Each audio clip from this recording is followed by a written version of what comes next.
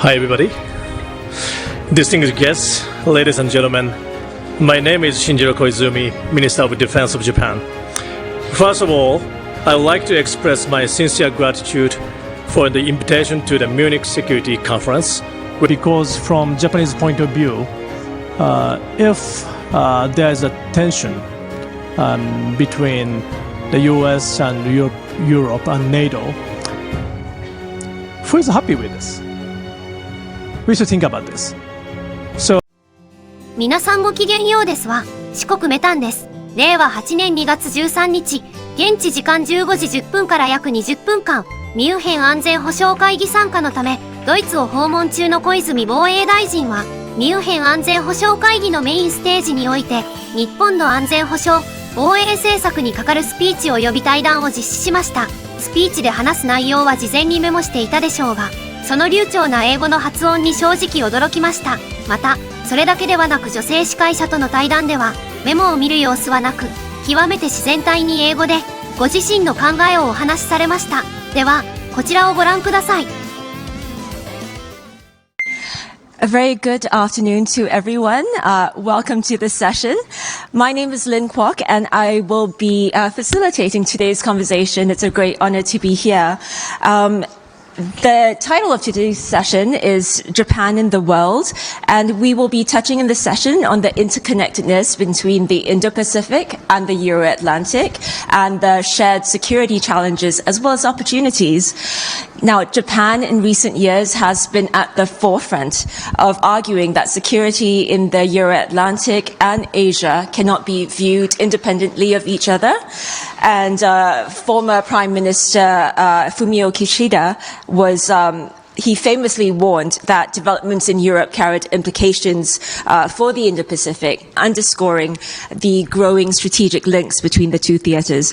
Japan is now navigating one of the most consequential security transitions of the post-war era. By next month, I understand defense spending is set to reach 2% of GDP, or at least later this year, it's set to reach 2% of GDP, 2 years ahead of schedule. And this is going to be the most significant expansion of Japan's military budget in decades. The government is also reviewing its core national security documents, comprising the National Security Strategy, the National Defense Strategy, as well as the Defense Build-Up Program, signaling that the transformation in Japan is not just fiscal, but also strategic. And of course, overseeing this entire transition is Minister Shinjiro Koizumi. Thank you.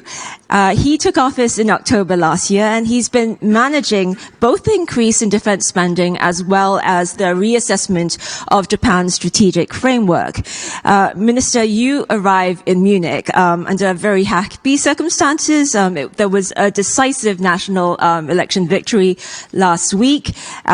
Your ruling coalition gained a supermajority that provides, I believe, the political space to implement some of these reforms.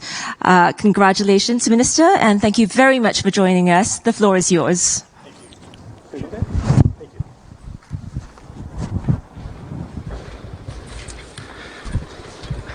Hi, everybody.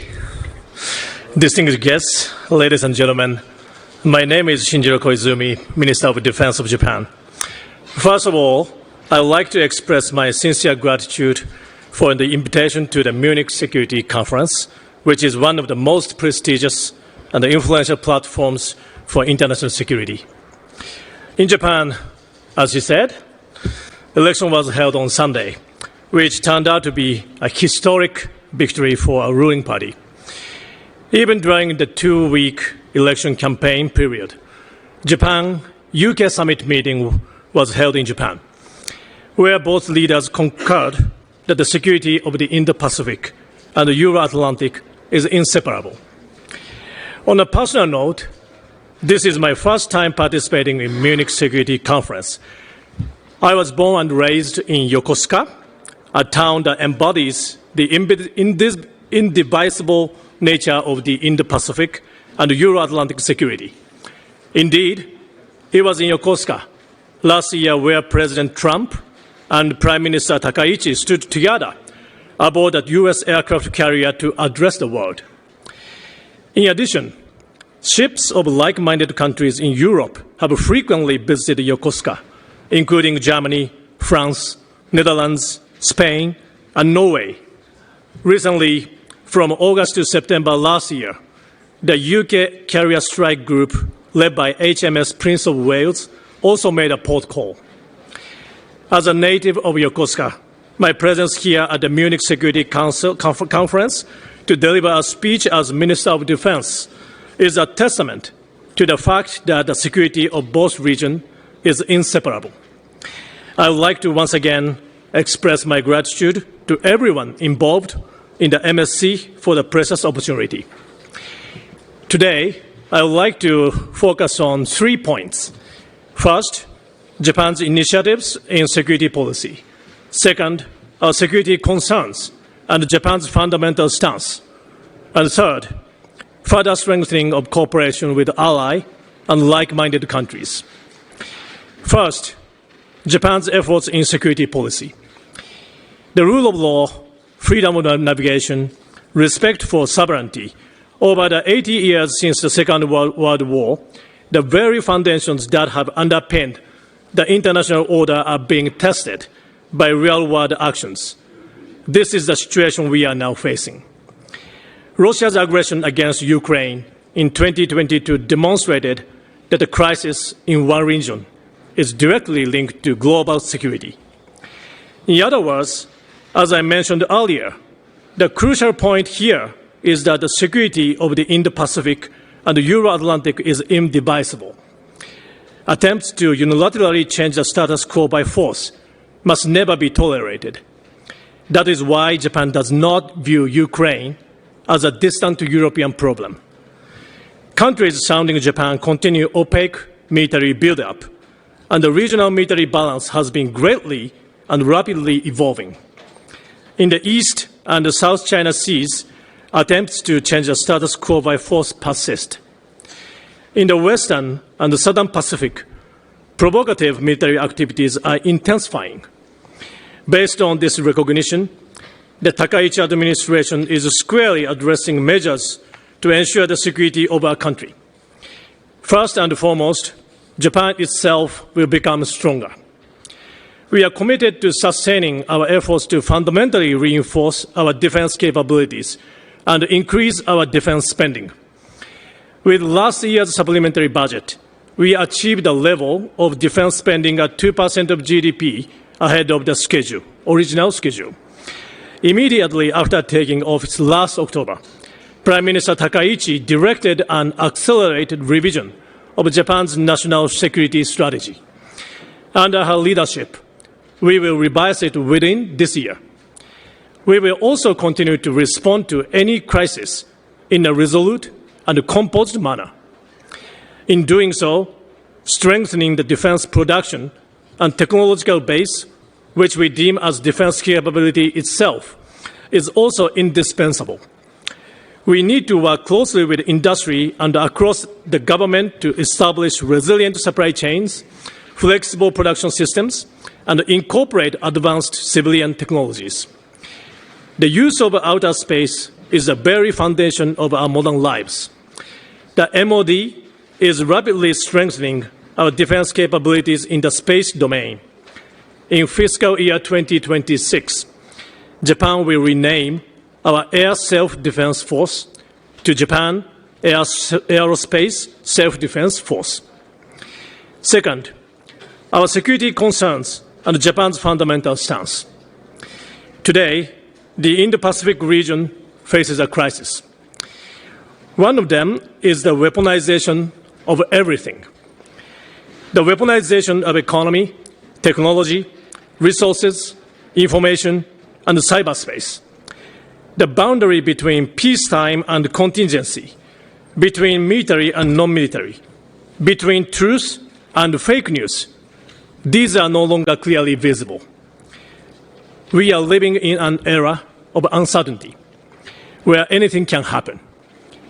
The intentions of aggressors can hardly be predicted by those of us living in democracy. Aggressors may also misjudge the strength of our resolve. Anything could happen tomorrow. I believe you share this sense of crisis. We must confront this reality head-on and ensure peace and stability in the region. Let me be clear. Japan keeps the door to dialogue open at all times, even when fundamental differences in stance exist. Indeed, precisely because of these differences, we maintain close communication and mutual exchanges. Together with like-minded partners, Japan will fulfill its responsibilities to maintain an international order free from aggression. Japan seeks to be a partner that contributes to the peace and the stability of the international community through security cooperation, one that spans the entire globe. Third, further strengthening of cooperation with our ally and like-minded countries. First, we will further strengthen the Japan-US alliance. Last month, I visited Washington, D.C. to hold the Japan-US Defense Ministerial Meeting, the fourth meeting with Secretary Hegseth in the short period of time since my appointment. We confirmed that the Japan-US alliance remains unwavering and that both countries are working in lockstep. The Japan-US alliance has evolved to contribute to stabilizing the global security environment. For example, even at US AFRICOM here in Germany, our self-defense forces personnel is dispatched to facilitate coordination between the US forces and the Japan self-defense forces. Next, we will spread a multi-layered network of interconnectivity across the entire world, starting from the Indo-Pacific with the partners of the Indo-Pacific and all the like-minded nations, including our partners here in Europe as well. We will enhance connectivity and generate synergies not only in training and operations, but also across equipment and industrial bases.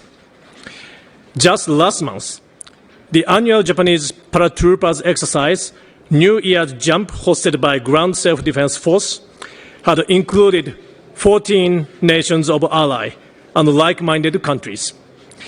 In addition to strengthening relations with ally and like-minded countries, Japan-NATO relationship is making steady progress as demonstrated by the deepening engagement of the IP4, Japan, ROK, Australia, and New Zealand, through invitations to NATO Defense Ministerial Meeting.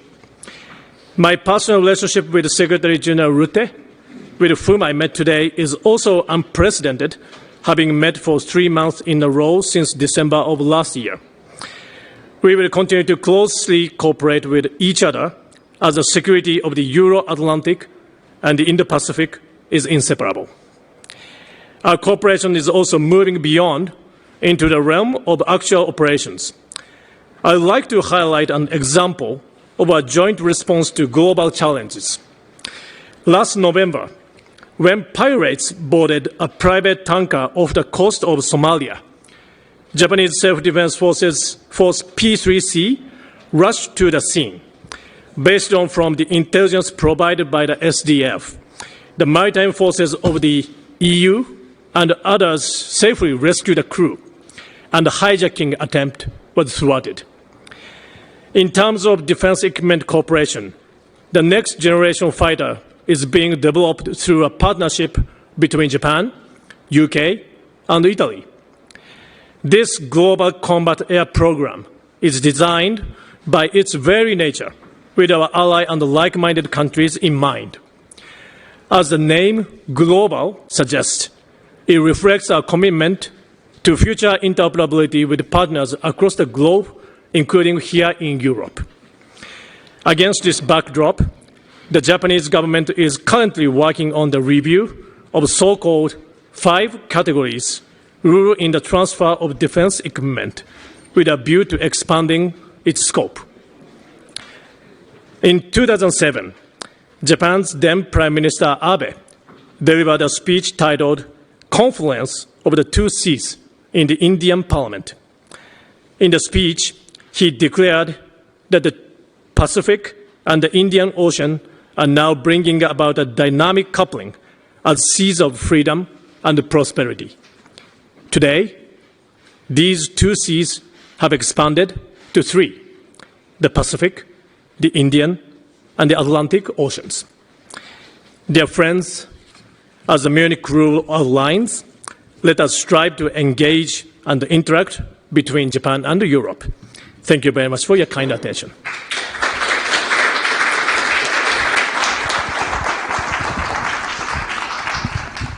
Thank you so much, Minister Koizumi. We don't have very much time, so let's jump straight into it. I don't believe I heard you mention China directly, yet China is central to the strategic landscape. Tensions between Japan and China have been fraught, to say the least, in recent times. How might Japan seek to manage this relationship moving forward? Thank you very much. As far as I feel from the audiences, your question is very welcomed by the audiences. Actually, last year I met my Chinese counterpart, Minister Don Jun, in Malaysia, when we had a meeting with ASEAN countries. It's called ADMM+. Even though we have differences and we have disagreements, Japan's stance is very clear. We are always open to the dialogue. So we are not going to shut down any channels, regardless of differences. So I would like to send this message to the Chinese side that we are always welcome to the dialogue. Fantastic. That's reassuring. Of course, apart from dialogue, central to ensuring peace and stability in the region, and Japan understands this more than anyone else, is deterrence and working together with allies and partners. Let's turn now very quickly to the US-Japan alliance. Here in Europe, I think it's fair to say that there is some concern over US security commitment. The United States has questioned its commitment to Europe, not least in the last Munich Security Conference. It's also, in the interim, threatened to take Greenland. Is Japan worried about the credibility of the US-Japan alliance? I know you talked about meeting your counterpart in the United States, but there is a lot at stake for Japan. And is it in its upcoming national defense security review, is it reviewing its position to factor in allies? And also, in particular, is it reviewing its position on nuclear policy? Thank you very much. Going back to your first point on the relationship between U.S. and its allies, including Japan and also European countries. I just had a meeting with Secretary General Rutte today, and I know yesterday there was a very important meeting between NATO defense ministers, including U.S. participant. I was very happy to hear that the atmosphere and the discussion was very positive between the American side and the European side, because from Japanese point of view, if there is a tension between the US and Europe and NATO, who is happy with this? We should think about this. So, as I keep saying that Japan-US alliance is unwavering, it's very strong. Our Prime Minister Takaichi going to visit Washington, D.C. next month. So, I think it's always important to keep closely communicate with not just between Japan and the U.S., but also with NATO. That's why we attended NATO ministerial meeting under the IP4.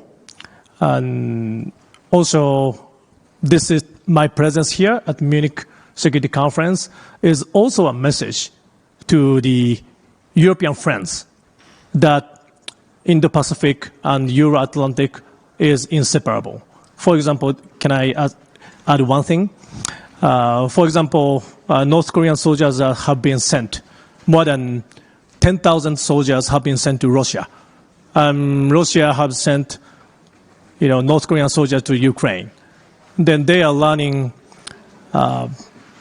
new way of fighting with drones, AI, and cyberspace, and with all domains, with conventional weapons. Then getting back to North Korea, then we need to think about what they are using for and who they are using against. So that's why I said Ukraine is not a distant problem. So you've been exceedingly clear, crystal clear about how important both regions are to each other. And Yes. yet, in the recent U.S. national defense strategy, the United States says that it would be clear with its European allies that their efforts and resources are best focused on Europe. That's the U.S. view. What does Japan think of the division of labor between theaters? And does Europe play an important role in Asia? Yes, it's always important to strengthen by ourselves. That's why I send a message that Japan is going to strengthen our defense policy itself. So it's very natural for everybody, based on the new security environment around the world, which is very severe and serious. We need more spending. We need more investment, including defense industries. And so, co-production issue is one of the issues between Japan and the U.S. We could do something with Europe too. That's why I mentioned our project for the new fighter jet, GCAP, with Japan, Italy, and the UK. This is what we are now thinking about. And going back to your second point on the last questions on our new strategy, we need to find out a new Japanese way of confronting a new type of warfare with drones and cyberspace and also AI. It's not just a copy of what we are seeing from the Ukraine and Russian battlefield, because we are a maritime country. So we need to find by ourselves what's the best way for Japan to do. Yeah. Thank you. So, just on the final question, and I believe this is very close to your heart, the landslide victory in Japan. How was security policy communicated and presented to the Japanese public? And can one take away from this election a strong mandate for some of the defense changes that are ahead of Japan? Or should we read it more as perhaps a mandate for your Prime Minister's economic policies? Because I understand that voters had at the top of their concern cost of living issues as well as other bread and butter economic issues. Yeah, of course, for the election, economic policies and social security policies are the top high priorities for the general public. But in this election in Japan, I kept talking about security policies.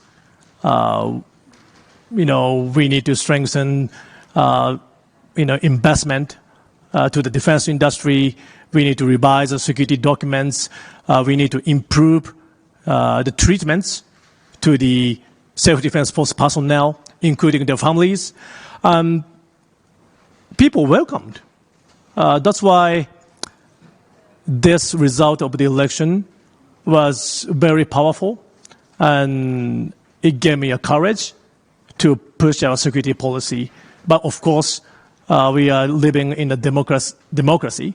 So with a powerful message from the public, but also we need to be very, very,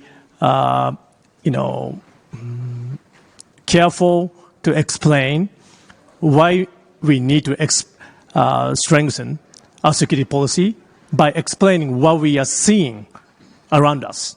Yeah. Thank you so much, Minister, for sharing your insights. Please join me in thanking the Minister. I feel it was far too short, but thank you. Thank you very much. いかがでしたか？高市政権の防衛大臣として、従来の小泉大臣の考えをミュンヘン安全保障会議という場で、堂々と披露された姿に正直嬉しくなりました。まさに、世界のリーダーシップを担うにふさわしい姿でした。小泉大臣の今後の活躍に期待しかありません。皆さんはどう思いましたか？コメント欄で教えてください。チャンネル登録、高評価してくれると嬉しいです。